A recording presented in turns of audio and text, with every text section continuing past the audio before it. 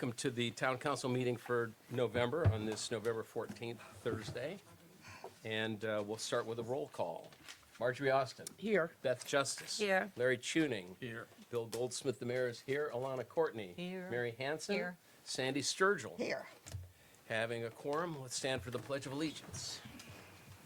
I pledge allegiance to the flag of the United States of America and to the republic for which it stands, one nation, under God, indivisible, with liberty and justice for all. All right. Do I have a motion to approve the agenda as presented? Motion to approve agenda is presented. Do I have a second? A second. It's moved and seconded. Any discussion? Having no discussion, Sandy Sturgill. Yes. Mary Hanson. Yes. Alana Courtney. Yes. I say yes. Larry Tuning. Yes. Beth Justice. Yes. And Marjorie Austin. Yes. First item we have this evening is our honorable delegate, Keith Hodges, is here to tell us what he's been about over the last several months and bring us up Well, to speed. thank you. Hopefully, I said I have 2 minutes, but I can talk for 2 hours, I'm sure. No, thank you. But No. thank you. I see how quickly you move, Mayor, and you're very efficient in what you do. And first, I'd like to thank you, number one, for having me here. It's always a pleasure. This is actually the last of all the localities. Usually in the fall, I'll go around to all of the boards of supervisors, town councils, to bring them up to date on things we worked on in the last session and some things we've been working on through the year and possibly some things in the upcoming session. And first, I'd like to, just say thank you for what you do each and every day. And pardon me, Mr. Tuning, but you've heard this before. I mean, you've heard me. I mean, you were at the Middlesex meeting, but it truly is a difficult job at the local level. And I believe it's much more difficult than the job I have in Richmond. This is where it gets personal. And the decisions you make and what you do in a small town, it's very tough. And it's a very tough job. And can't thank you enough for what y'all are doing each and every day. First, we are now the 68th district instead of the 98th district. And, with redistricting, of course, after the last census and redistricting, which we do, the Middle Peninsula, we're losing population. And, we are losing population compared to the rest of the state. So the district actually is larger now. And before I covered Gloucester, Matthews, Middlesex, King, Queen, Essex, and part of King William up to Sweet Hall, if you know where that is, up at Jim Hall's store. Now I have all of King William, and I lost 2 precincts down at Gloucester Point, which is actually the most densely populated area of the Middle Peninsula that moved over across the river just for population to move it over there, but still represent them. And, with our flooding issues and things that we're working on, I still do represent them. So the district is now larger. So in any given, driving distance from New Point to Mangahick to Supply or to Newtown, it's about 72 miles. I purchased a vehicle back in May, and I've already racked up over 30,000 miles. So I'm putting a lot of miles, on a vehicle and never know where I'll be. But that's the part I enjoy, and that's really what is a lot of fun. And, we are losing population, which is a very big concern of mine. And, of course, just back up for a second. One of my biggest concerns, though, in the General Assembly is urban versus rural. And I would guarantee that 90% of the issues that I deal with urban versus rural. The urban areas do not understand us. They don't understand the things that we're dealing with. Most of them think food comes from a grocery store. And, I'll tell them that. I tell them that all of the time. And that's the truth. And they don't understand us. They don't understand our economy, our way of life, and how we live. And that's my biggest challenge. And even when you start to look at Virginia and the rural areas of Virginia, you have 4 distinct regions. You have the Valley, and they have, of course, advanced manufacturing there. We don't have the infrastructure here for that. You have the tobacco region. Of course, tobacco's gone, and now they've got all of this tobacco money rolling into that region for economic development. You have Southwest Virginia with the coal, and with the loss of coal, you have all of those, all of the money going there. Then you have rural coastal Virginia, which is the Middle Peninsula, Northern Neck, and Eastern Shore. And when you start to look at our economy and and specifically the Middle Peninsula, over 76% of the folks drive out of the district to work every day. Over 76%. It's over 80% of the folks in Matthews County. Wow. And it leaves behind a workforce, the 9-to-5 folks that are here every day. We have the lowest wages in the state. Yep. And we only have, the last time I looked, I need to look at the newest figures, but the last time I looked, we have 38 employers in the Middle Peninsula in 6 counties that have 50 or more people in private sector. Government by far is our largest employer, which is not a good sign. We don't have the business taxes, which is what we need. So everything, of course, then falls on everyone here. And when you look at the largest employers, number one is healthcare, which isn't a good sign. We're getting older and grayer, and of course, healthcare, it's getting harder and harder and harder. I'm going to talk about healthcare in a little bit and jobs and economic development there. Healthcare is number one. Walmart is our second largest employer with a Walmart in Gloucester and Tappahannock. That's not a good sign. The paper mill in West Point is number 3, and I'm the first generation not to work in the paper industry since my great-grandparents on both sides. Number 4, you're starting to look at Cannon and Gloucester, Fulcrum, which is a high-tech business over in King and Queen, a DoD contractor, and doing great work. But between there and New Kent, they have 81 employees. But then after that, you start to look at service sector between Food Lion and Hardee's and some lumber yards, and those are the largest employers. And that's not good. We do need that business tax. Now, we don't need, of course, we have the governor's announcements bringing business and jobs to Virginia, Lego, Rolls-Royce, and so forth. It's great for the Commonwealth. It doesn't fit in with who we are. It's going to change our quality of life, nor do we have the infrastructure to be able to handle that. So we need to start to look at jobs and economic development in a different way that fits in with who we are. And that's really my primary focus.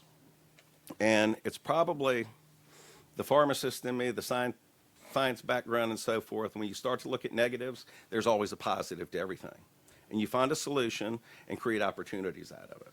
So we were just talking about this a minute ago, and I've gotten a lot of folks who are starting to come after me about blue catfish. And everybody's laughing about it. But it is a big deal. I know you've written some articles on this. And blue catfish, when I start to look at that, it's our number one threat to the Chesapeake Bay. Yep. DWR put those into our rivers probably in the early 90s. I didn't know what a blue catfish was growing up. And they put those in the rivers to have a large trophy fish for economic development, which really took off. State record, I think, is close to probably about 150 pounds now, somewhere in that neighborhood. And so, of course, people want to come out and charter boats and so forth, but they didn't realize how they multiply, how saltwater tolerant they are, how much they eat. And they are more saltwater tolerant now. They're catching them out here like crazy. They're catching them in the bay now. And I have seen them, they eat shad, they eat rockfish, they eat herring, they eat clams. I've seen them with muskrats and ducks. Wow. And I don't know, I probably won't show you the picture. I showed Beth a little while ago, and then showed the picture a little while ago. It's a picture, it's probably 20 crabs and a fish this long. They're tearing up our crab industry. Yep. It's devastating to our crab industry. And I didn't know what a menhaden was until I was in the General Assembly. I always called them bunkers. And so the peanut bunkers, which are which we call them, are the smaller ones. When you start to get up towards Tappahannock and that area, the smaller ones that they spend their first year or two of their life in the upper rivers. And when you start to get up towards Tappahannock, they are, good shot. Sorry. They are 75% of the fish biomass up there. And they eat enough of the peanut bunkers to prevent 1 million tons of adult menhaden from entering the Chesapeake Bay a year. Yep. 1 million tons. No one's been able to refute that. I pulled together all the Sea Grant folks. We had some meetings and got together. We started to look at their diet and what they eat. And omega, they only pull out 51,000 tons. So people are getting after omega, but the blue catfish, Is more. oh my gosh, 51,000, start doing the math on that. 51,000 tons versus 1 million tons. That's a huge difference. Yeah. So we've got to do something. So people thought I was crazy. 10 minutes before, the session, introduced a bill to create the governor's Blue Catfish Opportunity Fund. I originally had $4 million in that. And that was to look at the processing flash freeze facility, because they're delicious fish. They're not predatory. I mean, they're predatory They're fish. They're not predatory. bottom feeders. Right. You'll catch them trolling for rockfish. And they're delicious. So there's a market for them. So what can we do to create some jobs out of that? So flash freezing, processing, to get the dollars down to the watermen for, the equipment that they need. By the end of the day, when they were slashing the budget and came to a deal, we got $250,000 a year. I was able to continue that in the upcoming 2 years. So we were able, and it shows preference for this region, which is good. So the first grant was awarded to Sea Farms here in the district to expand their flash freeze facility. Nice. And now we have a little bit of money left over out of that. And then the second one, we just awarded down to Amory down in Hampton Roads. But we need to start to get some of the money down into the hands of the watermen and also increase the funding, because Maryland caught on to this idea and they've put $1 million into it. And we cannot let them beat us. And we do have a work group that I created during session to really look at the marketing for the blue catfish. We have one business in Texas. They want 2 tractor trailer loads a week, gutted, whole, frozen. That's just one business. And so there's a tremendous market for them, and we need to put Virginia on the map.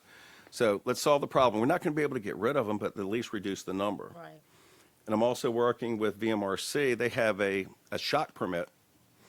There are only 3 in the Commonwealth now where you can shock them. So it doesn't harm the other fish. They come to the top, you pick them up, you get the ones that you can eat, and then, the others, you leave the large ones. The large ones actually don't eat as much percentage-wise as the small ones.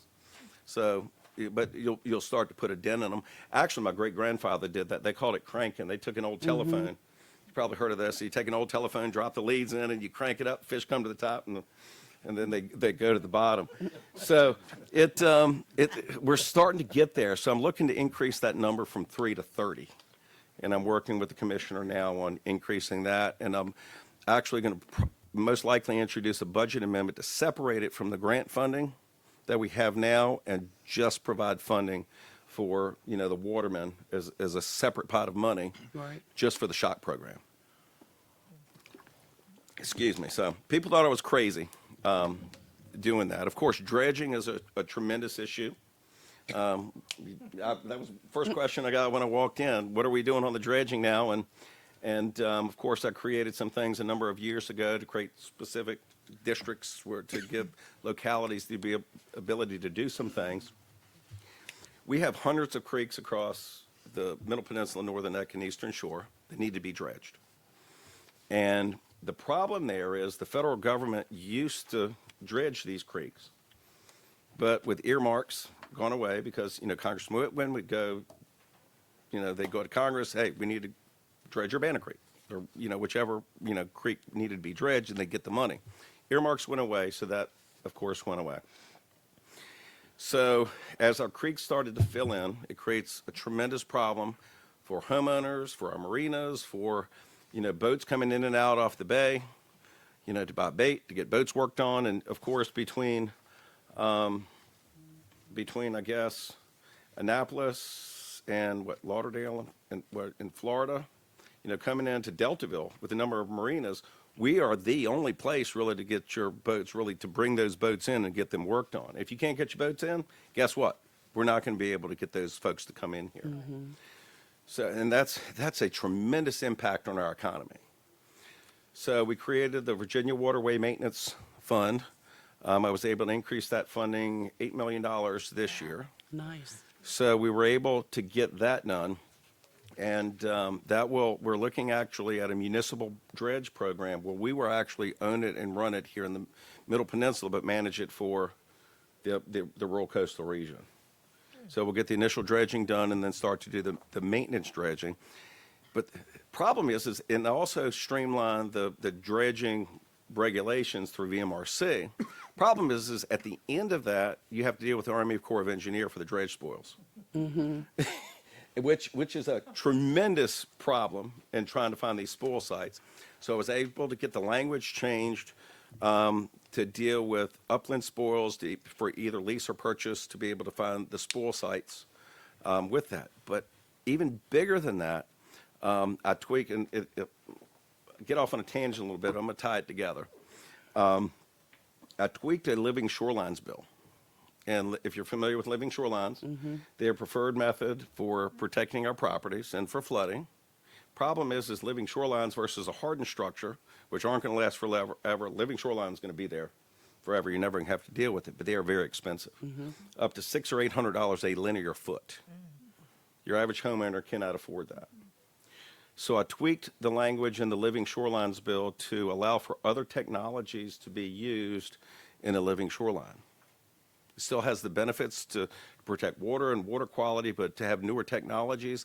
And in the end, we can reduce the cost of these living shorelines by up to 80%, which is a tremendous deal for our property owners. We also have, and I've been working, and there's some ways folks can actually apply now for living shorelines through our flood fund at the state level and get funding. And we've had some successes there, although we had some bureaucracy tying that up, but we've been able to successfully appropriate quite a few dollars here to the Middle Peninsula for that funding. But with the dredging, you have those dredge spoils. And because of that bill, well, let me back up just for a second. Because of that bill, we now have 38 companies that want to do business in Virginia. Nice. 18 of those we're looking at having right here in the Middle Peninsula and creating a coastal resiliency center is, I guess, the easiest way to put it. So you're going to bring these 18 companies together to be able to collaborate, to work together, to solve the Commonwealth, not only for the Middle Peninsula, rural coast of Virginia, the state, the East Coast, but for the world.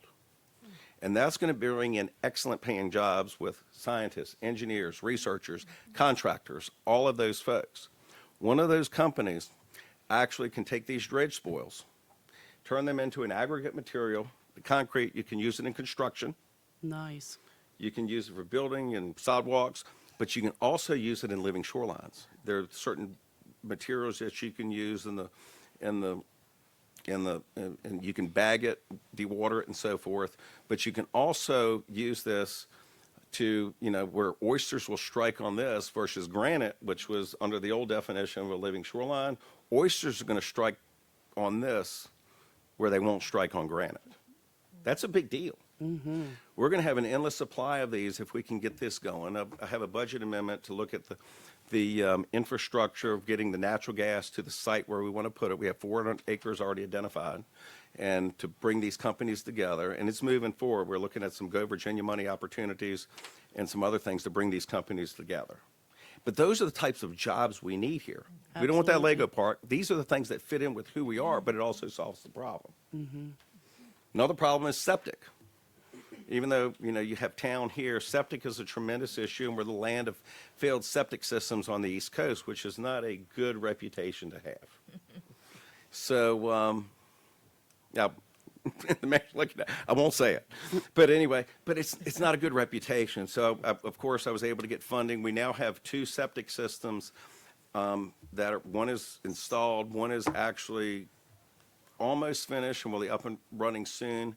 And they're totally above ground. They're out of harm's way of flooding because water and septic don't mix well. It's not only environmental, but it's also a public health crisis. Creeks are closed down with oysters and so forth as well. So it's affecting our economies and oyster operations and so forth. If you go down to Guinea and Gloucester or King Tide, we're going to have a flood tide tomorrow. And, on sunny days this time of year, you have them. You have 600 homes or you have 600 septic systems that are flooded on a King Tide. Yep. 600. Just without even flooding. So you get these out of harm's way, up and above the ground. You have to change maybe the plumbing between gray water and the black water. And the funding was to design, maintain, study, and get the costs down. And we're pretty close to getting the cost of these down to what a conventional system would be, which is a game changer because then you're talking about protecting property values. You're talking about environmental concerns. I mean, and then you're talking about manufacturing them here, installing them here, in creating those types of jobs, because you're going to need the engineers and the contractors and all of those folks to be able to do it. So I think a little bit differently.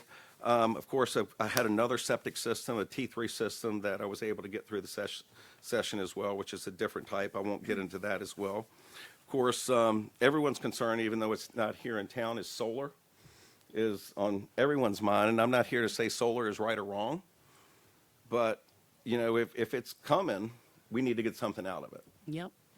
So there was a project here in the Middle Peninsula that it's 3,000 or 4,000 acres, where the locality was between the SCC money, because they didn't have M&T tax. They were probably generating enough money to pay a paraprofessional at a local school. It's not much to tie up land for 35 to 40 years. So I started to look at it, and people don't realize that electricity it's not going here on the grid. It is being sold to a Northern Virginia business that is generating jobs, huge economic development, and wealth in those localities when we're getting nothing. Right.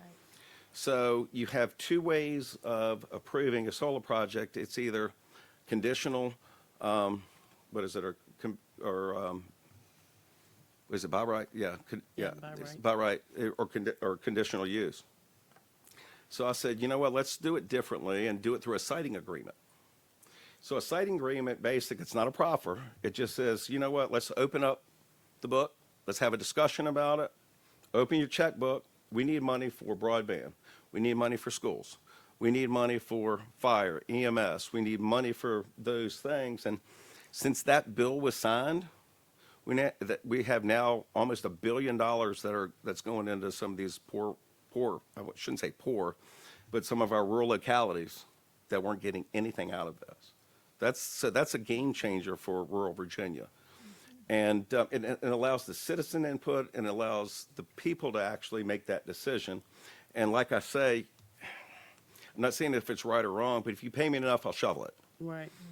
I don't mean to put it like bluntly, but that's basically what it is.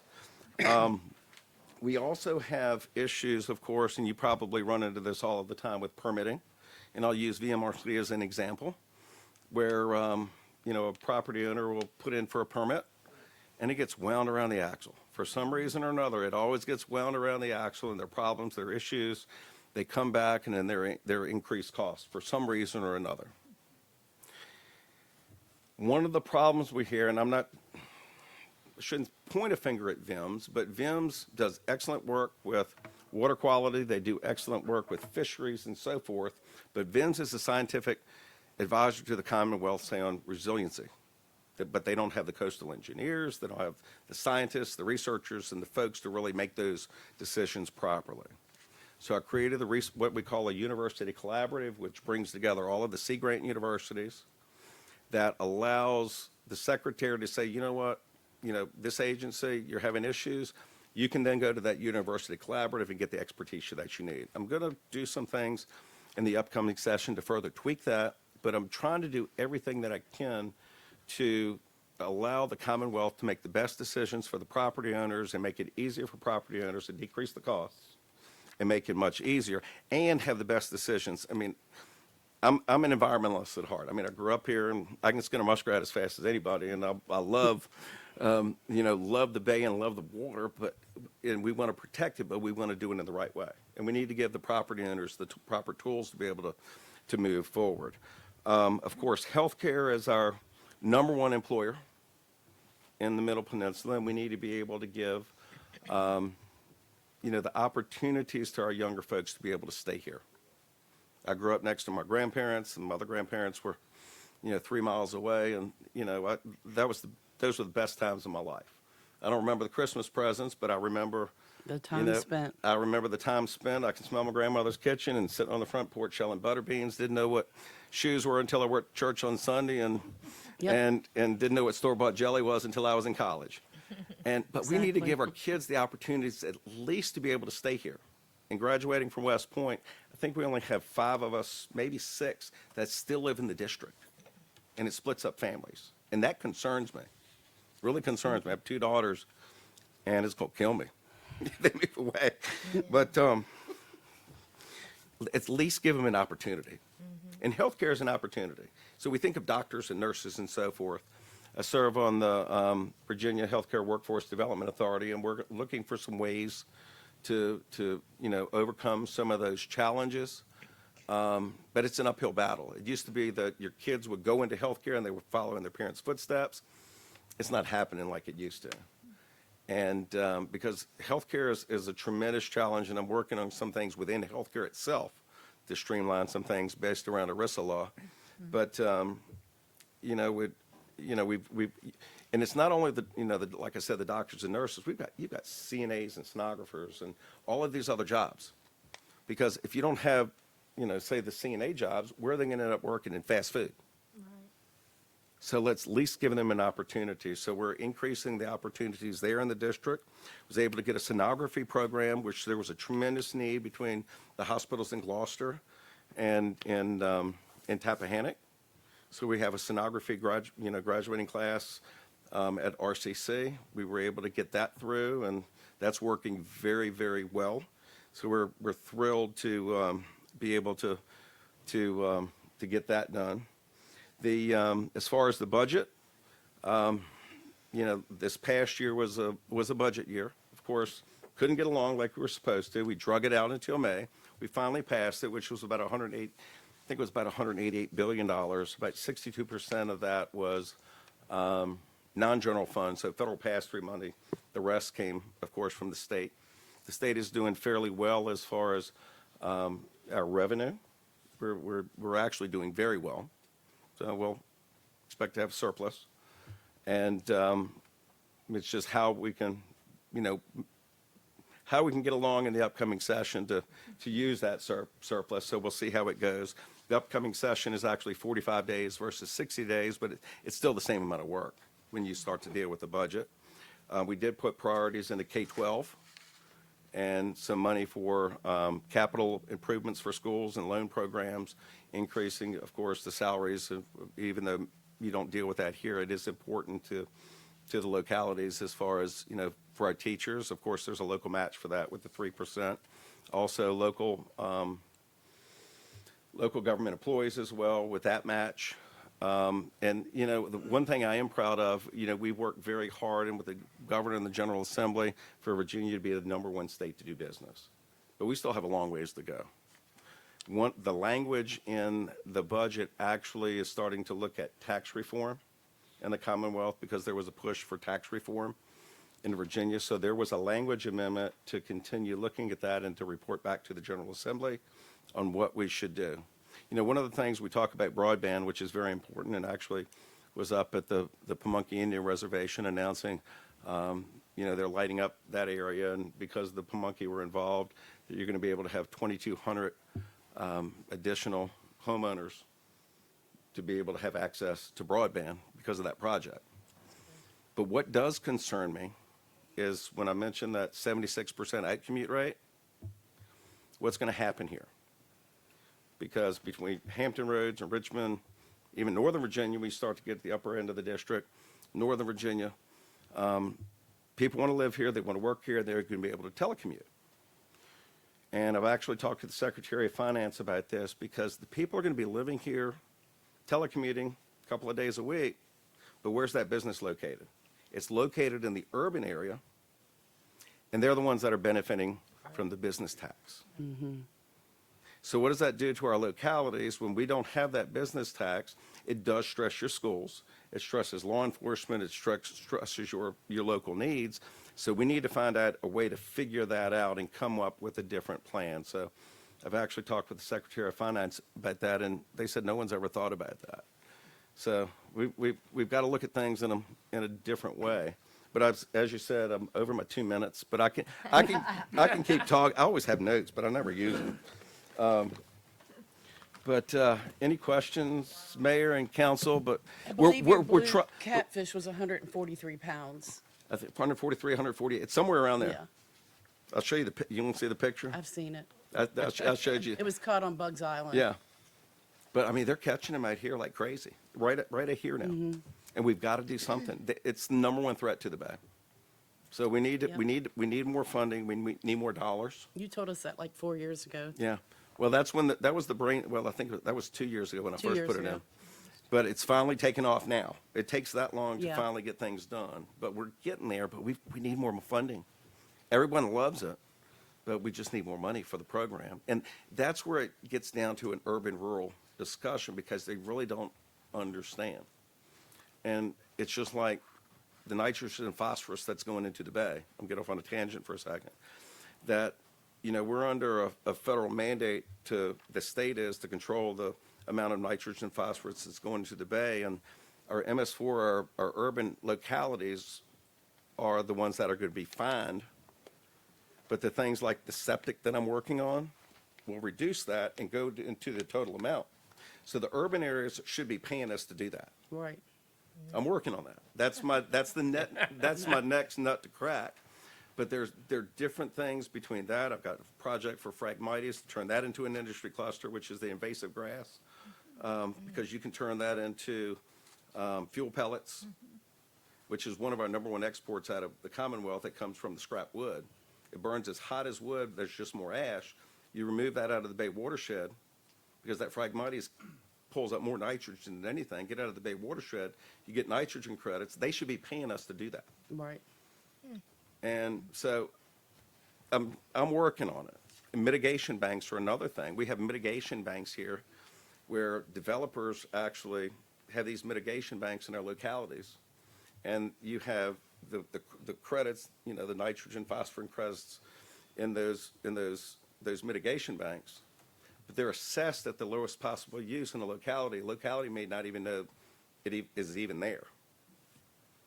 So that hurting your tax base, but they're making a tremendous amount of money on the back end from that. But I actually found an attorney general's opinion, going back to Mark Early, that a locality can assess those just like they would a business or a shopping center or anything else. So working with localities now to be able to do that. But those are the types of things that the urban areas have actually pushed on us because they've done the damage to the bay, but then now they're dictating how we live and what we do and not giving us any opportunities for economic development.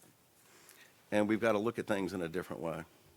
So they need to be, it's just like the solar issue. They need to pay us to do it. Right. So Keith, it's an uphill battle. You talked Awesome. to the federal government. Maryland got, what, $4.5 or $5.4 million On grant for the cat, For the catfish, that came from the feds. from the federal government, that's correct. And I think the legislature put $1 million into it. But we've got to, I'm pushing on that. Because I think the governor there declared it a natural disaster or state disaster and did something a little bit different. And we need to start looking at that. So they Well, if the started to states take can something. work together to try to get. We need to. We need to do something different. Get all the Northern Virginia restaurants to put it on their menu. That's right. That's what they're talking about. Well, that's what we're trying to do. So we have the marketing committee that's moving forward now to be able to create that market. But that actually can be a worldwide market. Absolutely. So we're looking at establishing that and moving forward. Mike Hutt, who's with the Marine Products Board, is really working hard on that. And he said, I can do it. We've got to develop that market, and we need the state support to be able to do some things. So, any questions? Sounds I like could you're doing talk a all good day. job. Thank you. All good stuff. Thank Yeah, thank thank you. you. Thank you so much. And just catch the catfish instead of all the other fish. If you're fishing, how can you? I mean, regular fishing or with the traps or with the shocking? The shocking actually, they can tune it at when you're looking at 75% of the biomass, I mean, if you don't mind, Mr. Chairman, Mayor, it pretty much, the catfish are coming to the top. I mean, you can go online and watch what they do, and it's 95% catfish. But they tune it to a certain level. It doesn't hurt the fish. You pick up what you want, they swim right back down. It's amazing. It's amazing to see it. And DWR has been doing that for years to study them, and they can, to shock them. But we really need to increase the number of permits Right. to do that because they're difficult to catch. I mean, they're tearing up nets. And I grew up rock fishing and shad and herring fishing and nets. And I remember, just with, channel cats, what they're going to do to a net. So you can imagine what a blue catfish is going to do. So we need to find a different way to do it. And we need the dollars for the watermen because they'll need, if they're using the traps, they're going to need the cranes and the pots and so forth as well. But then also increase the shock permits, which I'd like to get to be part of a separate fund. And no other questions? I would like to say one other thing. Martha, thank you for your service. Thank you. And it's definitely been a pleasure. Yes. I know this will be your last meeting, and it's always a pleasure to work with you, and can't thank you enough for Well, I'll go. all lobby you've been my- doing. I'll go lobby my new delegate and everything. Well, just call me if you need anything, let me know. But thank you all for everything. Thank Thank you. you. All right. very much. All right. I'm going to stick around for a few minutes. Can't stay too long, but thank you all so much. Thank Yeah, you. and we Great really job. do appreciate it. We I don't do. think, I have to say, before I started attending those MPPDC meetings, and it took me a year to be able to say that correctly, but I had no idea that blue catfish existed or that this was the land of failing septic systems. But, you know, it's great the work that you're doing, and I certainly thank you. Thank you. And I was at the PDC today and stopped by and, of course, brainstorming with Louis. You know, one Louis thing we Lawrence is just, he's something. Louis, and if I may, Mayor, you know, he's the keeper of the book. Yes. So anytime y'all have heard about the book, I was should have on- brought my spreadsheet Yeah, I in. was on that committee too, so. So, you know, anytime we come up with an idea, we put it in a book, and then we'll get together. We have a few of us that really sit down and brainstorm and go through things, put it in a spreadsheet. One year, it actually took up that whole board table. Because we start to look at the ideas. All right, how do you address it? Do you need a Section 1 bill? Do you put it in code? Do you need a regulatory fix? Is there a fiscal impact? And, you know, that's not going to work. You're not going to get the money here. Do you write a letter to the agency? What do you do? And sometimes we've met, you know, early in the morning, and we don't get out of there until 11 or 12 o'clock at night, just talking and brainstorming. And that's the fun part. Yeah. I enjoy that part. But that's kind of how I operate. Unfortunately, we're limited to 15 bills in a short session this year, so it's going to be a little bit of a hassle. There are a couple of things I do want to talk about. I've missed Mayor. I was giving my normal spiel. We have a few things, of course. We met, Ted, and yourself, Drea. I mean, we met Martha. We met 2 weeks ago, I think. How about that? Yep. We talked about a couple of things. One of those, of course, is DMV issue. So I'm working on that. We may need a budget amendment to be able to do some things there to make the localities whole. Talk to some folks about that. We're not sure exactly how to address that because that's a struggle for the DMV selects. And, you know, they're putting the burden on the localities. Yep. Yep. So, I mean, but there's a tremendous need. We need those in our rural areas, but they can't put the burden on you. Right. So we need to find a way to fix that. The second issue, of course, is, you know, speeding in town Yes. is a problem. And folks don't realize, you know, you see those speed limit signs, those are not actually VDOT signs. So they're not owned by VDOT, they're owned by the locality. They have, of course, the ones you typically see that they tow and the large ones. That's the one the sheriff actually has and can move it around. They do make small ones that are, say, magnetic, and you can move those around. It's temporary. You can't leave it permanently, and you can put it on, you know, any state sign like a speed limit sign, as long as you move it around and don't keep it up there for a very long period of time. The typical cost, and they're different ones, typically start around $1,000. They're battery operated, some are solar and so forth as well. So there is a grant program, and one of our localities I found out was able to get some grant funding for those as well. I did talk to, that actually, and I haven't mentioned this to you, Ted, but that actually would have to go through the sheriff to be able to do that. So I've talked to the sheriff, and there's some opportunity there, and at least dedicate one to Urbanna that you can move around to where you want that. There's one in Rappahannock now. There's one, and they just put that there today. Well, that's the big one. That's the big one, and but you can have the small one. That's, you know, not an eyesore. So there's some ways you can address that, and at least bring attention to folks. And then, of course, we're, you know, charter bill that you'll, you know, possibly bring forward to, you know, I carried a charter bill, I think, was that 2 years ago? Yes. 2 years ago, a charter bill. But, you know, there's some things we still need to tweak and do What is regarding the charter bill? charter bill. Actually, every town has a charter. Yeah. Look, counties don't have a charter, so I'm aware of that. So, you know, the charter bill is, deals with the voting powers of the board, who can vote, who can't vote, and so forth. It's to clean up the fact that the mayor, with our current charter, is not considered part of the quorum. Right. Oh, okay. So that's all it does, I but got it. it still has to go, so, yeah, I didn't get that, quite that far. Yeah. But I think it's, you know, good, yeah. but what we'll need is to be able to do that, and shouldn't be any problems. I used to chair that committee, so it still have a good reputation with the other side, so I think we'll be okay to get that through, and that should be fairly easy. And I think I typically sit on that subcommittee too. No, actually, I'm on the land use subcommittee, but that shouldn't be a problem. That should be an easy one. Right. And we'll be glad to do that. So I should have room for that, but then we also have the notification piece as well. So what happens is, and you can correct me if I'm wrong, you can look at the legal side, but basically, when you have any zoning changes and so forth, you have to have legal notification to the adjacent property owners, or you have to send it by certified mail. Certified mail is very, very expensive, $10 a pop. What was it, 16? One property owner had, what, 16? I mean, that's a huge chunk on a small town. So we're looking at cleaning that up to be able to have, say, you know, the town administrator be able to sign an affidavit that we've sent it to all of these folks, first class mail, sign it off, save you a tremendous amount of money. And to tell you honestly, and talking to folks in other localities, I've talked to VACO and VML, people avoid certified mail. They don't want, they're scared to death to open it. They don't want to open it. And so they get stacks of them back. So, you know, that's going to save you money, make it more efficient.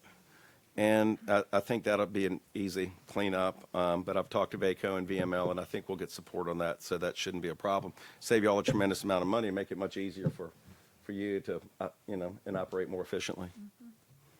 Thank you. So, with that, sorry, I almost forgot this. I get off on a tangent, so anyway. It's okay. Yeah. But thank y'all so much for everything y'all do. Thank You ever you. need anything, you know how to get me. Thank you. All right. Thank you. Thanks for taking the time. Sorry, there's so much. Yeah. And for being a member of our community. Yeah. Yeah, exactly. I don't think, it amazes me how little people understand really how the sausage is made and all the stuff that it takes to get anything done, especially at the state level. Right. Well, and it's more difficult now than it was. It's more difficult now than it was when I first came into office. I think with ethics reform, of course, what happened with Governor McDonald, wonderful governor, with ethics reform, you know, lobbyists used to take everyone out to dinner. They take Democrats, Republicans, you'd sit down, you break bread, and you'd have a beer. That's how you solve problems. You don't do that anymore. Everyone's scared to death because of transparency, and the press is looking at you. It wasn't like that. Yeah. But, you know, everyone thinks that's how it was. But that's how you got things done, and there's no better way to solve a problem than doing that. And we don't do that anymore. Not like we used to. You established those relationships and built those friendships, and you sat down and you solved problems. And that's what it's about. That's what I enjoy the most. I don't get into the politics. I like to solve the problems. And it's more difficult now because we don't have that in the General Assembly the way we used to. So, anyway. But thank you. It's a challenge, but it's still fun. I enjoy it. We'll break bread with you and have a beer. Sounds good. 2? Yeah. Okay. Thank y'all. Thank you. All right, next on the item is the public hearing for the Warning Track, Inc. So I would like to call the public hearing into order. I don't have my usual list of things, but do you want to start this up, Ted? Mr. Costin? Good evening, everybody. Mr. Mayor, members of council, ladies and gentlemen, this is a public hearing held under the authority of Section 15.2-2204 Code of Virginia 1950s amended. The necessary public notices, including the certified mails, have been given, and the application materials have been and are available for review here at the town office. Tonight's hearing is case number 2024, Special Use Permit 04. The location is 271 Prince George Street. The property owner is the William C. Height Trust. The administrator, Christopher Height, is here this evening. The applicant is the Warning Track Incorporated, and representatives of that applicant are here this evening as well. The applicant requests permission to allow for a recreational facility per Section 17-4.6.39 of the Town of Urbanna zoning ordinance. The property is also identified as tax map 20A, double circle 17-1. The zoning district of the property and all the surrounding properties is B1. It is in the historic overlay district as well as the Chesapeake Bay Preservation Overlay District. The use has historically been and is proposed to be commercial. The adjacent land uses are a mix of commercial and residential. This situation came to the town staff's attention via a complaint, and once notified of all the issues, the applicant and owner began immediately to comply, and without any enforcement action, the owner has improved the premises, removing several items, trailers, and trucks. So the property's being cleaned up even before this action. The comprehensive plan designates the property as general retail and services. And the supporting language follows. Economic goals and objectives expand the economic activities commensurate with the existing character and lifestyle of the local community. And under Objective 2 of that goal, encourage a diversified, vibrant environment through mixed-use development which combines residential, commercial, and recreational functions. If approved, this would be a new business for the town. This particular business supports good health through recreational opportunity. The activity will primarily focus on youth athletic development, but will also have an opportunity for others in the community to exercise. Staff believes there will be spin-off support to other businesses in town as a result, and thus staff finds the proposed use supportive of comprehensive plan objectives. Okay, let me go off script here for a moment. Most of you know I have two sons. One was a swimmer, one was a baseball player, or is a baseball player. And they both worked out at a gym like very much like this. So while this is going to primarily be focused, I'll leave this to the applicants, primarily focused on baseball, softball, it is available for kids who are participating in other sports. The spinoff piece, so it's good for the youth in the community. The spinoff piece is, okay, after you watch your kid take 30 ground balls, you get hungry and you get thirsty and you find something else to do, like go have dinner, go have a drink, go do some shopping. So I think there's an opportunity to bring people into the town, and while their kid is doing something at this facility, they're out spending money somewhere else. All right. Zoning compliance. There are no exterior alterations planned that would raise concerns, except for the painting in signage, which has already been approved through the Historic Architectural Review Board. And those depictions are included with the staff report. Various state agencies and contractors were contacted for comments, and in this case, we received none. Now, for the analysis, the ordinance, number one, does not list specific concerns to consider when reviewing a special use permit, and number two, recognizes the authority to impose conditions to mitigate adverse situations related to the general health, safety, and welfare of those on and about the property, and that includes the adjacent properties. As this is in an existing mixed-use area, the proposed use can be considered generally compatible. The standards of consideration are established to consider impacts on the impairment of light and air. Conditions 1 and 5 as proposed address light.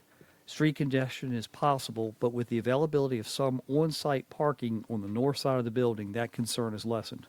By prioritizing where overflow parking is accommodated in Condition 7, the residences are impacted last. Condition 6 is designed to prevent sidewalk signage that impedes pedestrian traffic flow, as well as maintaining a favorable appearance to the property to preserve land values in property of the property and nearby properties.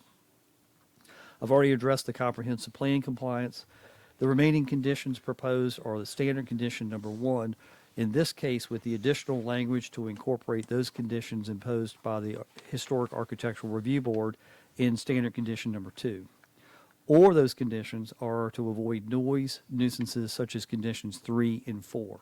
Now, condition 3, which is the hours of operation, is beyond the normal business hours, but to accommodate patron schedules, it's customary for membership gyms to have early morning and late night hours.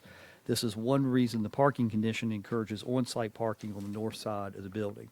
You have before you at your place a copy of ordinance number 2024-08, which authorizes the special use permit with the conditions proposed. I'd be happy to take any questions you all have at this time.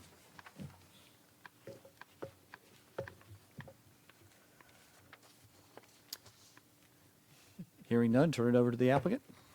Yeah, Okay. let's move on to the applicant.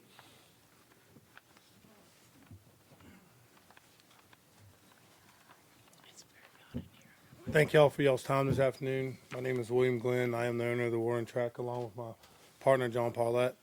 I'll just give y'all a quick rundown of what our expectations are and what we would like to plan to be doing there. It is a full, athletic training facility. We were previously in Topping, right past Harmony Grove on the right is where we were before. We do focus on baseball and softball, but it is available. We do training for all types of sports, basketball, football, you name it. If we can do it, we will try. Our goal when we started this business a year ago was to give the youth in the community a place to go and to, stay active, stay in shape, focus on sports and so forth. And we've done so. We're hoping that moving into the town of Urbanna will allow to bring a gym. We will be having a full-size gym for any of the area to be able to use, whether it's child or adult, and we plan on doing it as a key card or membership style access. So it can be used at any time during the day or in the approved hours. All the uses of it, as for like if a team wants to come and use it, it should probably be anywhere from 10 to maybe 13 or 14 kids at a time. The building is separated in two different areas. The back section will be more focused on the baseball side of things. The front section will be focused more on your regular training and fitness and gym. We've already went ahead and prepared ourselves for if we do get approved, we'll have parking on the front of the building that will be labeled for the warning track only to try to keep congestion down. We should be able to park, I would say, probably at least 9 or 10 vehicles in that front. We plan on putting new gravel in, cleaning up the place, and making it look nice and presentable. So, we do a lot with the community. I'm a high school baseball coach for Middlesex High School, so I'm also a part of the Little League board. So we try to get the kids having a place to go. We also offer a mentorship, through our facility that keep kids on track for life, grades, expectations. Try to get them ready for the world. While we're doing this, it's a lot more than just kids just coming in and playing baseball or doing sports. So that's a little backstory on what we do. So are your hours, you have hours throughout the day where it's actually a manned facility and not just a key entry? So at our old facility, on certain days, we had people that would come in on certain days that we'd be open with somebody to be in there. Our goal here is we will still have some days like that. On days that we don't have anybody, it will be just a key card access for anybody in the community to come in, whether you want to hit the gym at 6 o'clock in the morning or 10 o'clock after you get your coffee going, however it works for you. Well, we want to make it accessible, as easy and accessible for the community as possible. But it's not a 5 to 7 day a week manned No, ma'am. business? No, Okay. ma'am. No, ma'am. Not at all. So, is there any other questions or concerns? No? Nope. I think it's a great idea. Yeah. Well, we appreciate your time and thank you. And I think the broad scope of it really is good for the community. It is. I Absolutely. mean, the at our previous place, the kids that we would have come in there and the families, I mean, just a place that they could bring it, so we'll usually have different coaches there on certain nights and parents can bring and drop their kids off and we work with them, whether it's a football or baseball or whatever. And it's really nice to have that connection and see the kids, whether they're playing here or Lancaster or Gloucester or Matthews. It's nice to have that communication and connection with them. There's so little that's for children, Right. young Well, people. yeah, well, I'm big on keeping kids outside and active, and I Absolutely. believe in keeping them going, and so we're really big on that. Must have a lot of energy. Yeah. Any other questions for Mr. Glenn? No, thank you. Thank y'all for your time. All right, is there anybody signed up for public comment?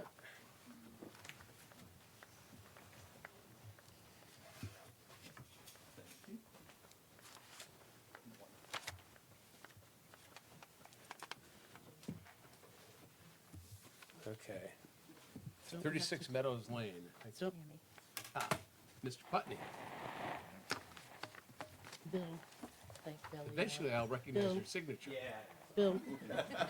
Close the public hearing? Good evening, Mr. Mayor, Would you have to close the Town public Council. hearing? No, I don't think we close until after the public comment, right? Correct. Okay. Yeah. Okay, rerun my time. Thank you. Good evening, Mr. Mayor, Town Council, Meriwether Putney, 36 Meadow Lane, Urbana, Virginia. I was here last night and spoke to the board, so I'll be real brief. I know some of them were here. I think it's a great idea. I've been involved with the Little League baseball program, presidency of the Little League, and now I'm on the complex board that we maintain the park that's behind the middle school. William was under when he first started playing. I was president, and great young man. I think they'll be a great asset to the town. One thing wasn't kind of mentioned though. There are other than Middlesex residents, and William may correct me if I'm wrong, but there's some kids from Lancaster, Matthews, Gloucester that come to their facilities. The one they had down in Hartfield or Toppin was pretty amazing. So there is opportunity to bring in out-of-town folks that maybe just overlook Urbana. Yeah, nice. But the idea of keeping kids active during this, of course, the winter months and stuff, baseball, softball is usually a summertime event.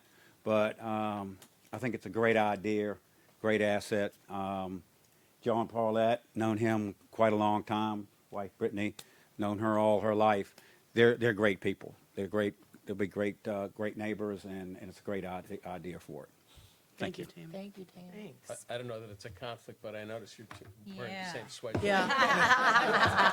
He probably gets paid a lot more Just to wear it the- than I think the record should reflect that. This might be an opportunity for pool memberships too with your thing, since we have our new pool. Yep. Any other comment? Mr. Mayor, Mr. Putney reminded me of something. He referenced last night's meeting. There was not a meeting last night. It was actually Tuesday night. Okay. The Planning Planning Commission, Commission. which I forgot to mention, the Planning Commission recommended approval Okay. with the conditions. Okay. If there's no further public discussion, I think we can close the public meeting. And then do we just have a motion? Is that the correct way to go? Do I have a motion to approve ordinance 2024-04? Wasn't that it? 08. Use permit? 08. 08. I'll make a motion to approve ordinance number 2024-08. Second. Do we have any further discussion? Having no further discussion, we'll start with Marjorie Austin. Yes. Beth Justice. Yes. Larry Tuning. Yes. I say yes. Alana Courtney. Yes. Mary Hanson. Yes. Sandy Sturgill. Yes. Welcome to town. Welcome. Yeah. Yes. Thank you. Thank you, guys. All right. Next, we have the minutes from, what date is that? I'll make a motion to approve the minutes from June 13th, There you go. 2024, monthly meeting and public hearing. Do I have night. a second on that? I'll Thank you. second. Good night. All right. Mary Hanson is seconded. Any discussion? Sandy Sturgill. Yes. Mary Hanson. Yes. Alana Courtney. Yes. I say yes. Larry Tuning. Yes. Beth Justice. Yes. Marjorie Austin. Yes. All right. Reports. Let's go to the town administrator, please. Thank you again, and good evening again. Since my last report, I'm happy to report we closed out a few issues. First, both phases of the sidewalk repair were completed, and in advance of that, we have the weed grass treatment done. And then second, working with the AHE Environmental, this is the company that helped you all plot your service lines for water. They did an inventory of the lead pipe presence in our system. This is going to be a pretty far-reaching issue. This really comes out of the lead poisoning out of the water system up in Michigan, and it's the federal government trickling it down. This is going to involve years of work to identify and replace lead piping, and it's actually looking at going on the other side of the meter, which means from the meter into the house. So it's going to be a long, long process. The Planning Commission meeting was held. The one case that was taken up was the warning track, which you all just dealt with. Board of Zoning Appeals meeting was held, and that matter continues. Working on revising the stabilization proposal at the end of Virginia Street and with docks of the bay. And I'm also discussing with them the improvements to the dock beside the boat ramp that was brought up at your last meeting. Simply fixing the steps is not going to be sufficient. This is an ADA compliance issue, and it actually has to be ramped. So that's going to be a little bit bigger project than just repairing some steps. The start of the shoreline restoration project at the marina has been started. They're actually, I was down there today, saw them working. Now, on the other hand, though, I indicated that the well connection project would be started this week, and that has been delayed due to line marking. Relatedly, we received notification from the the Department of Environmental Quality, that our water withdrawal permit, which is basically what we operate the water system off of, is up for renewal in 2026. But the application preparations should be starting now. I've asked Kimley Horn for a proposal, and at this time I would suggest that we work on getting a water committee meeting up for consideration of that proposal. Recruitment of the town clerk was initiated via advertising locally on the website, newspaper, as well as statewide through the Clerks Association. And the status of that will be detailed later this evening. We've solicited for and contracted the inspection of the building, this building 390. That actually started today. And I've also obtained one proposal for phase 1 environmental assessment on the property, and have reached out and spoke to a second firm today, and I'm awaiting their response. These documents would be helpful to us in obtaining insurance as well as financing alternatives. And pretty much at the close of the month, I found myself working, but I did enjoy the Oyster Festival. Be happy to take any comments you have, any questions or concerns you have. It's my recollection that when AH Environmental did the mapping of our system, it was their opinion that the town itself had no lead piping, that if exists in the town, it exists from the meter to the houses in virtually all cases. There was probably of 100%, probably there was 3% that was listed as unknown. So that's the only caveat there. But yeah, if there's lead piping, it's more likely from the meter. It's on the other side of the meter, the house side of the meter. Yeah. But the newer homes would, Newer homes wouldn't have to worry about it. Yeah. But if you're like mine. yeah, like yours. But if you've got an older home, then Mine would probably have. there's a possibility. Yeah. Who's responsible for it? Well, that's to be determined, to be quite frankly. That's part of this. There should be some federal funds, but you got to remember it's 50 states and so many territories, and it trickles down, it trickles down, it trickles down. The whole thing you're talking about, a ramp and what have you. When we brought up the kayak sign, it was always said to me, you got to wait until a big ramp. Got to wait until a big ramp, which made no sense to me because it does not a very expensive thing. But make sure that's in there somewhere. Okay. We're just Yep. talking about a sign so people can start. There's no way to go to start their kayak. Right. Yeah. Right. And Well, that's been and going on again, for a couple of years. Main Street has offered to pay for that sign. So it's a matter of trying to figure out what the content you want the content to be and where it needs to be located. So until we know that, we can't do it. START.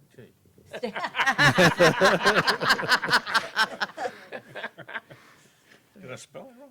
Yes, Yeah, spell check says yes. you did. Yes. Yeah, I'll work on that, though. Thank you, Mary. Yes. Yeah, because of the Oyster Festival comment, you can Yeah. me. I have a comment that I wanted to make. I really paid a lot of attention during Oyster Festival, Virginia Street, where Community Row is going down the hill. Excuse me. And I was with my daughter from out of town, and she had a very teeny tiny little baby stroller because of the crowds of the people. And we had a really difficult time getting up and down that road. It was so, I mean, it is wall-to-wall people, and it is incredibly dangerous because there are a lot of people, particularly older people in the condos, not to mention all the traffic that is down. Sorry, Sandy. I don't mean you. But, excuse me, but also all the marina traffic down there, there's no way you could get an ambulance down that road with those tents up. It is so crowded, and I wondered if we could talk to somebody at the Oyster Festival Foundation, and they could perhaps, I believe, through the filter of an imperfect memory, many years ago, Community Row was on Prince George Street. Yes. Yes. And it really needs to move off of Virginia Street. Yes. And I had people that refused to go down and see the beautiful little ships because they said, I am not getting in that mess of people. Yeah, 'cause trying to it used to get be down on there. Prince George. That And was it's much just- better. It's just where It was much better there. yeah, it's where the tents start. Yes. Where they end, but. Yes, it was very It's crowded. dangerous. And Andy Anderson had the chain with a lock on it Yes. across the other exit.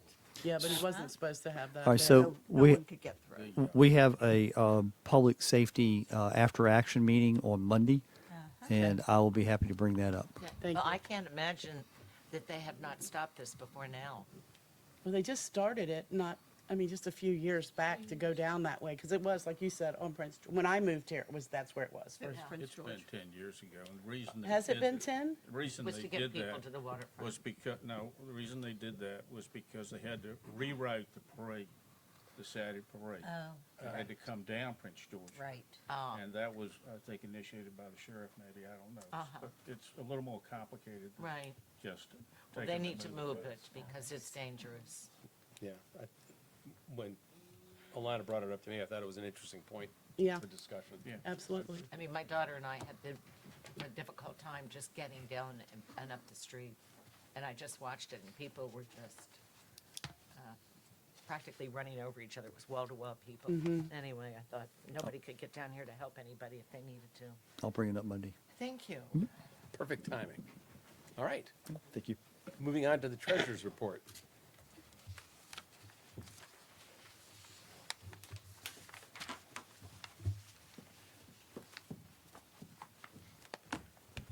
I'm a little shorter than the rest. Good evening, everyone. The treasurer's report was emailed out, and I hope you took the opportunity to take a look at it.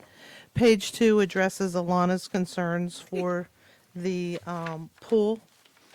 So I have drilled it down to show May through September, which is our operating time, as to revenue and expense.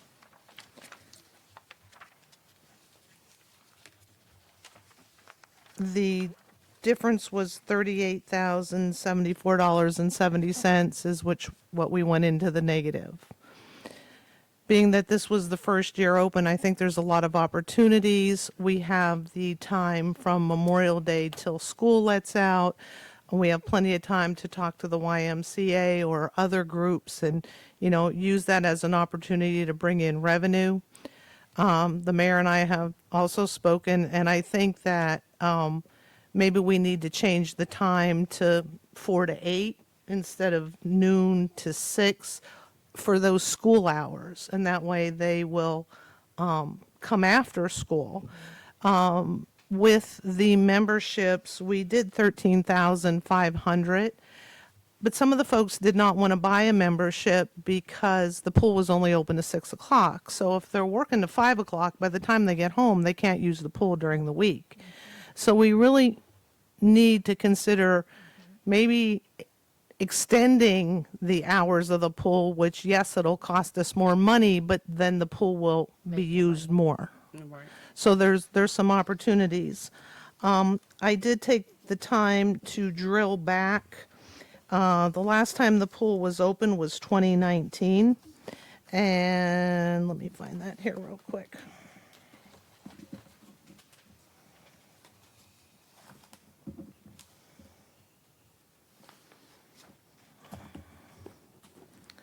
So for 17-18 budget, we actually lost $40,274.16. And that's 2019 dollars. 2017-18. In 2019, it was a little less, so we might have had a bigger repair the year before, but it was 32,928. And then we've been closed all these years. And now versus then, now we are paying the company for the lifeguards, for the chemicals, for everything. Where back in those days, we were buying it ourselves. swimsuits, hiring a manager, doing the chemicals, everything. So this way we have, additional insurances by the company that's doing it would be held responsible as well for some of those things. Do you think next year more people would be interested in lifeguarding like we used to do it? I think it's going to take a while to build Yeah. that out. And when it comes to, that's one of the things that we're going to discuss at the finance committee meeting is, ways to try to tweak this so we can make less money. When this Make was more first money. figured out, Spend Mr. less Costin money. called me at home. He said, "Are you sitting down?" Because we got the numbers on what we lost on the pool.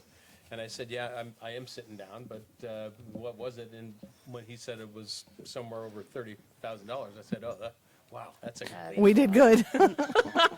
for a first year." Because it used to cost us in the 30s when we were running it ourselves. So to be at about the same level in current dollars versus 2019 dollars, it's not like we should be giddy losing money, but that's a better place to be than we might have been otherwise. And we also had some expenses such as soap dispensers for the wall. We had to switch out some toilet paper roll holders. We had to buy trash cans. So there was some household expenses. There was a one bill was $400 for buzzard repair. It didn't even open and the buzzards picked the caulk out of it. So some of the items that we spent funds on, hopefully we do not need to respend on the same. Yes, we're going to have to buy toilet paper and paper towels and soap, the but dispensers and the holders and all that. exactly. Michelle, does this include the company for the management company, the expense, the 75 or 80,000 that we Yeah. hired? So is that broken down? Is that, because I know it was like 70 or 80,000 with the contract. I don't see that in here, so. If is it you look broken under down somewhere? pool operator, it was $48,675, and if you look to the right, it was $12,100 per month. Yeah. And it's a little higher because we had a pool party for the Oyster Festival, Queens and Spats, and the YMCA. So we had to pay the lifeguards, but then under revenue for pool parties, you'll see $740. We were reimbursed for the expense of the lifeguard from the pool party for, And what you have to remember is, and this was one of the things we were getting at the last meeting, is that this is in this fiscal budget. Part of it was in the last fiscal budget. Previous one. Because it splits at June 30. So where's the 70 or 80,000? Some of it is from May through June, and the rest of it is there, Some of it's, okay. because it's two different budgets. So some of it was in the previous year's budget. I compiled it down to this. I had to manually go back and take out construction costs and just solely look at operational costs. And this condensed into what I've presented to you this evening. So the 70 or 80,000 to the company is in the previous? No, it's split between the two. This, The pool was open previous. May, June, July, August. I see. Okay, and so, You can tell I was not a math major. It's okay. Now, when I was a lifeguard a million years ago, I believe we were open till 8 o'clock. Yeah. And they did double shifts, like some of the lifeguards would work in the morning till the afternoon, and then we'd come in the afternoon and work till 8 o'clock. Right. And a lot of people did come after work, and then we had YMCA. Of course, we didn't have the YMCA like we do now, but we used to teach little bitty babies how to swim early in the morning, and we had those extra hours also that would help. And you Meetings. probably made $5 an hour. I probably did. Back then, it went a lot farther than it would today. Yeah. The bottom line is if we react on this, there's opportunity there. First year, we learn as we go. In all reality, I don't think we did bad considering. And there's a lot of opportunity for increasing revenues. And you know, it's possible that the thing that we approved this evening is going to overlap with that Right. and Yeah. help generate Yeah. some more memberships. Right? Yeah. We've also got to figure out how to keep people from using other people's passes. Is that a big problem? It Did has you do been. that? I didn't do it. Who knows? I have a sign-in sheet for those who've paid, and then another sign-in sheet. It needs to be tweaked a little bit.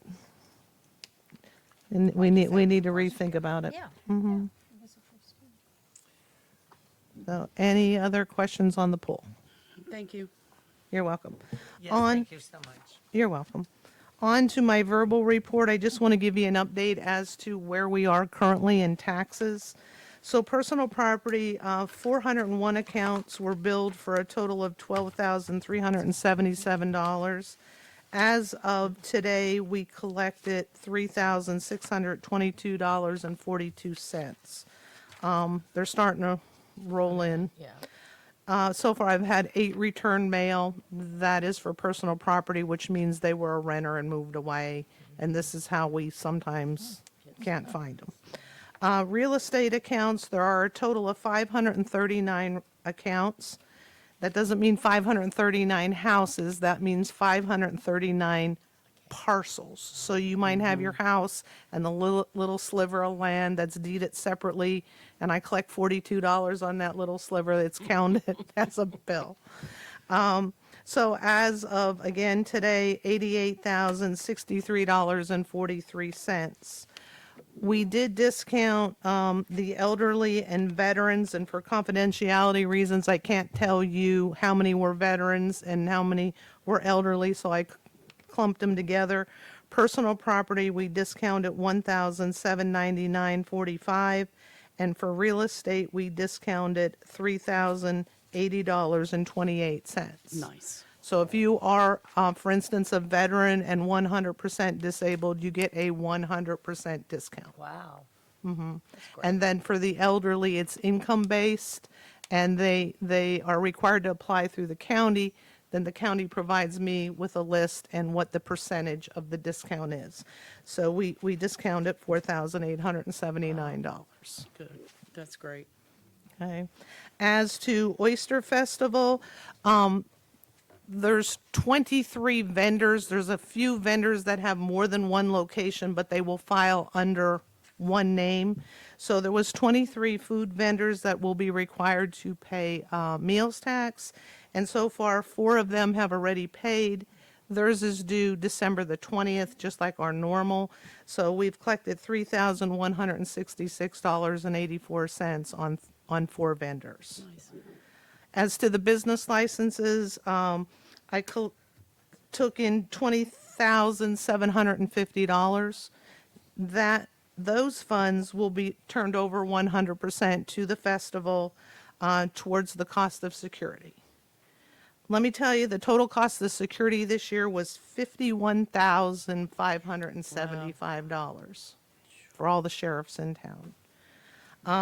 Just a little FYI as to costs for the festival, I just plunked the big numbers. $27,224 just for their insurance policy. Wow. There's only 2 carriers in the country that will write them because of the size of their festival. Porta pots came in at $22,859. The deputies I mentioned, the rescue squad was $5,800 for their services, and VDOT last year was $27,000. They've received a raise, and the bill for that will not be received to January or February, but we're estimating that for the festival, it'll be over 30,000. Does the town pay that or the foundation? All the foundation, but that's to give you all an idea of what some of the costs just to put on the festival. Do you know what the head count was? No, we think it was down a little bit compared to the I past. thought that we had a little less people on Friday. But Let's see. I can tell you, Alana was talking about Community Row. I can show you pictures where I'm standing at the Yeah, it was information and looking down Rappahannock. It was bumper to bumper and it was bumper to bumper on Virginia Street. It was just like overwhelmingly Well, I've seen the busy. drone up, so maybe we'll get the pictures and be able to kind of figure that out. Michelle, correct me if I'm wrong, but that security is only deputies. Only deputies, that is State correct. of police, and this should be said every year, state of police come on volunteer time. Or either paid for by the state, I don't know which. Right, this, I you think are, I am correct. Yes. you are 100%. The state police is no cost. So Yeah. 51,000 goes directly. And it's also not just going to Middlesex, it's going to New Right. Kent and County, every, yeah. no, Yeah. just so everybody understands, it's all the departments Rent-a-cops. that have come in Right. to work the event. Does Middlesex County pay any portion of the sheriff's expense for the deputies? We're billed per deputy. Even though Middlesex County benefits from Right. the event? Yep. They Well, pass all of that on To the to the festival. festival. The extra, but yes, the regular salaries that they're getting is paid for by the state and the counties, and by the county, yeah, so Well, their regular pay, but this is above and beyond that. it is. Yes. No, when the we- festival pays it. When we book the deputies for special events, there's a off-duty management that I go through and rent a cop. You receive extra insurance coverage and all, but it's like $50 an hour for that security for our special events, 4th of July, Second second Saturday. Saturdays, or whenever Yeah, we we have would to need pay it. $200. The department will not send us free help. We have to pay for that help through the off-duty. Yep. We say, or I say this every year, the possibility of I mean, it's all determined by weather to a large degree. I mean, if you have bad years and you have rain and snow, I've seen when we had snow, Or 80-degree weather? but the expenses don't change. Yep. No, they keep going up. That's It's- right, they keep going up every year. The porta pots this year, I don't want to get too far off, but the porta pots this year came from New Kent, I believe, just because their bid was lower. There was a lot of buzz on social media. Why didn't we go local? Their bid was over $40,000 for the same porta pots. So Sustainability of this is on the edge. I mean, and that, we need to be looking for ways to help fund some of this stuff. Which, Well, as I've said, it's a huge, huge engine for economic development that Amazing. we take no advantage of. and our nonprofits. If it wouldn't be for this festival, there would not be the school scholarships and the backpacks Yeah. and the after school and all those good things that the women's club and the Kiwanis and all them do, because Yeah. this is their source of funds to provide that to our communities. Absolutely. they don't have to chase dollars like other things, that, nonprofits do. They get, this one thing funds so much.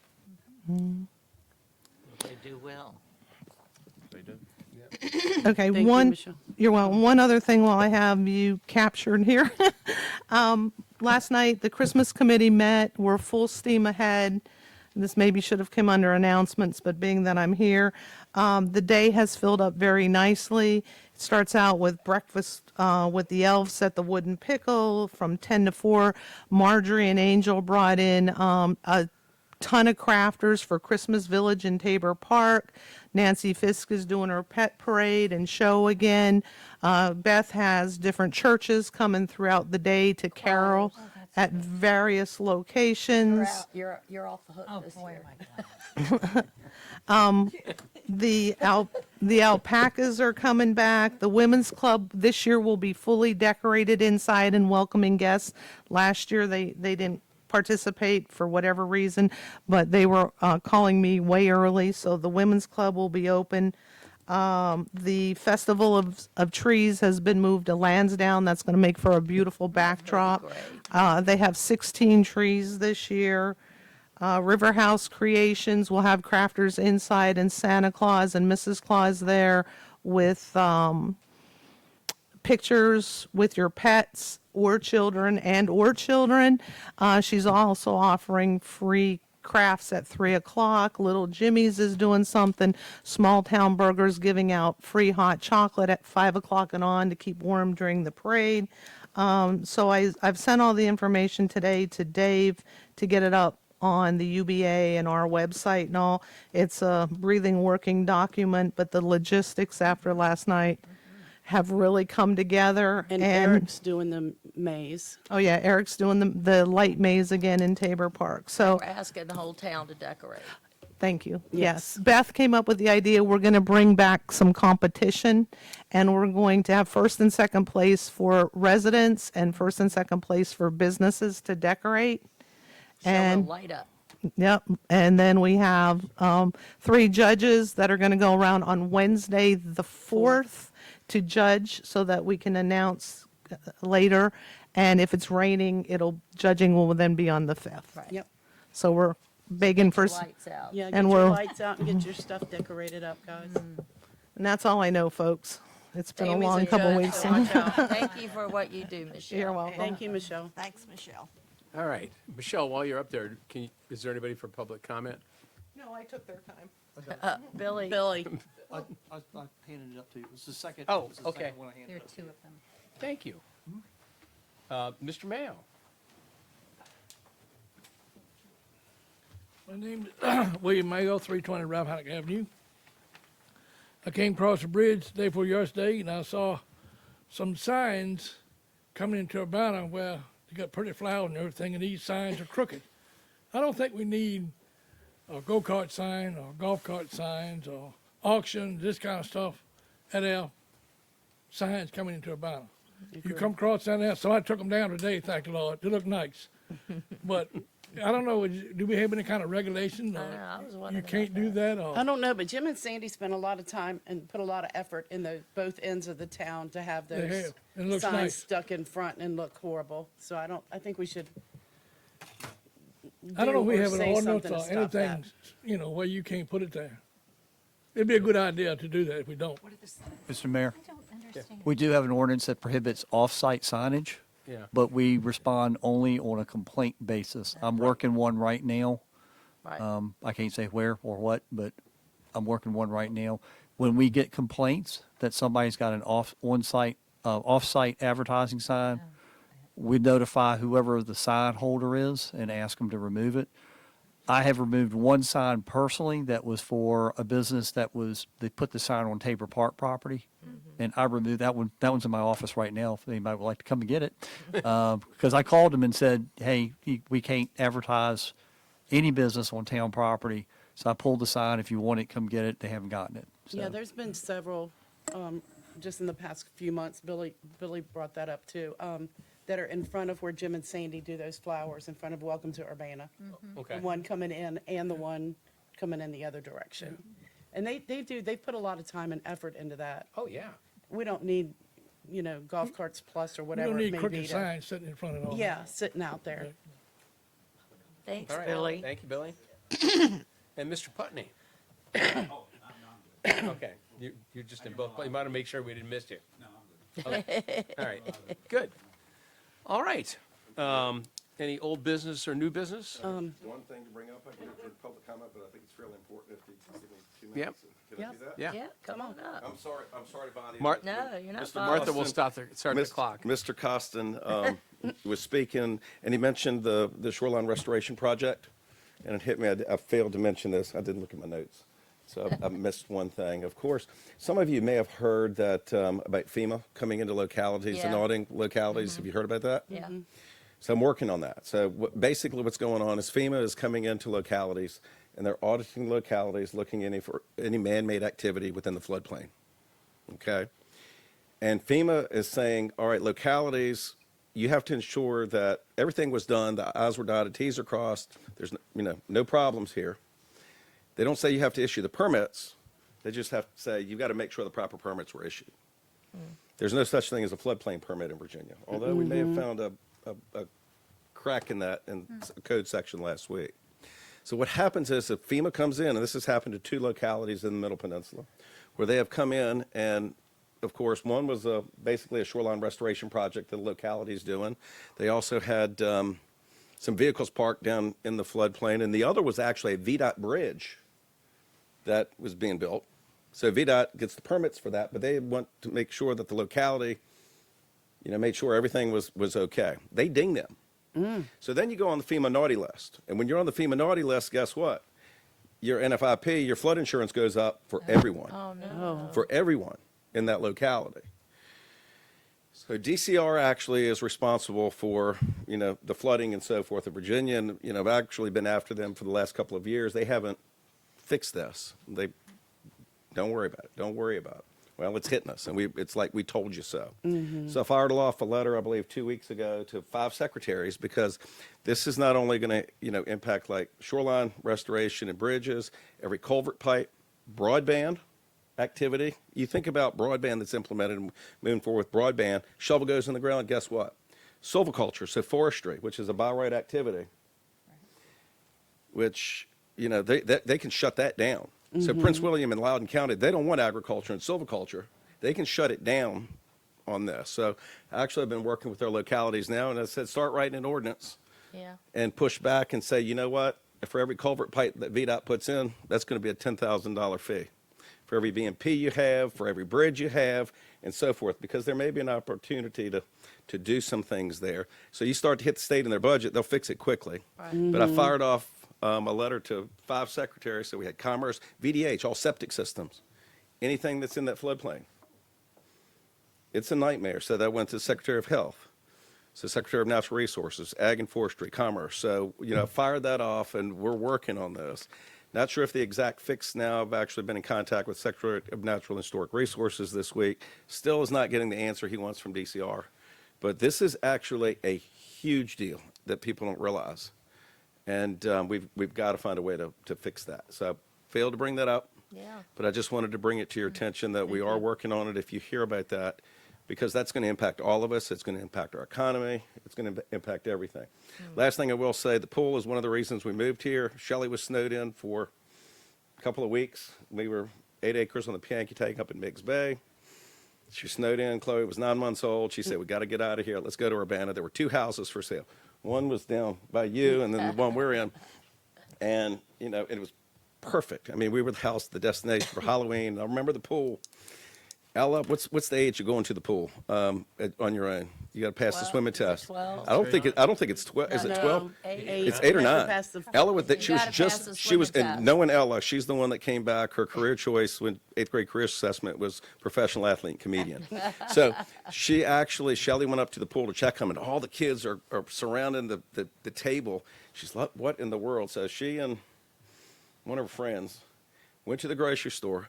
They bought a pie, apple pie, half-gallon ice cream. They had 1 spoon, and they were standing around that table, and they had the best time. But that's the way it should be. Exactly. And that's Small that community. those are the memories and those are things and that you'll remember growing up, and that's the importance of the Right. pool and part of living in Urbana. So I just wanted to bring that So to you're your glad we attention. built another one. Oh yeah, So it's just a great place to raise the girls. It's a quality of life decision. It is. It is. But thank y'all. But I just wanted to bring both of those things to your attention. Thank you. Sorry I forgot about the FEMA issue, and just wanted to bring that to your attention because okay. it is a big deal. So Now you but can thank you. sleep. Maybe 3 or 4 hours. That's typical. But thank y'all. Thank you. All right. Old business? Or personnel committee? Yeah. And Personnel Committee report is that Personnel Committee met on Tuesday and with a continuance to yesterday for 3 purposes, really. And one was to review applicants for the clerk position, and so I can't really talk about that. And also to talk about that we really have to create policies and personnel policies and procedures that I've been asking for 3 years. And so I think they finally decided that we really do need to get that done. And so that was another matter of discussion. And I think there are other policies and procedures as well that we are woefully behind on, that some of them that were required by statute to have updated periodically, and we have not. So anyway, those were the topics. Again, just happened the last 2 days. Okay, now we can move to old business. Any old business, new business? All right, we just finished public comment, so I don't know that we need to repeat that. Announcements. Mr. Costin, all right. Let's go into closed meeting. I thank everybody for coming this evening. Is there a motion to go into closed I meeting make a motion. to Virginia Code Section 2.2-3711A1 Thank you, Mr. for the Harris. purpose of discussing the hiring of a clerk and pursuant to Virginia Code Section 2.2-3711A3 for the purpose of discussion of the potential acquisition of a parcel of real property for use as a town hall, because discussion in an open session would negatively affect the negotiating position or negotiating strategy of the Urbana Town Council. So moved. All right, second on that? A second. It's motion moved and seconded.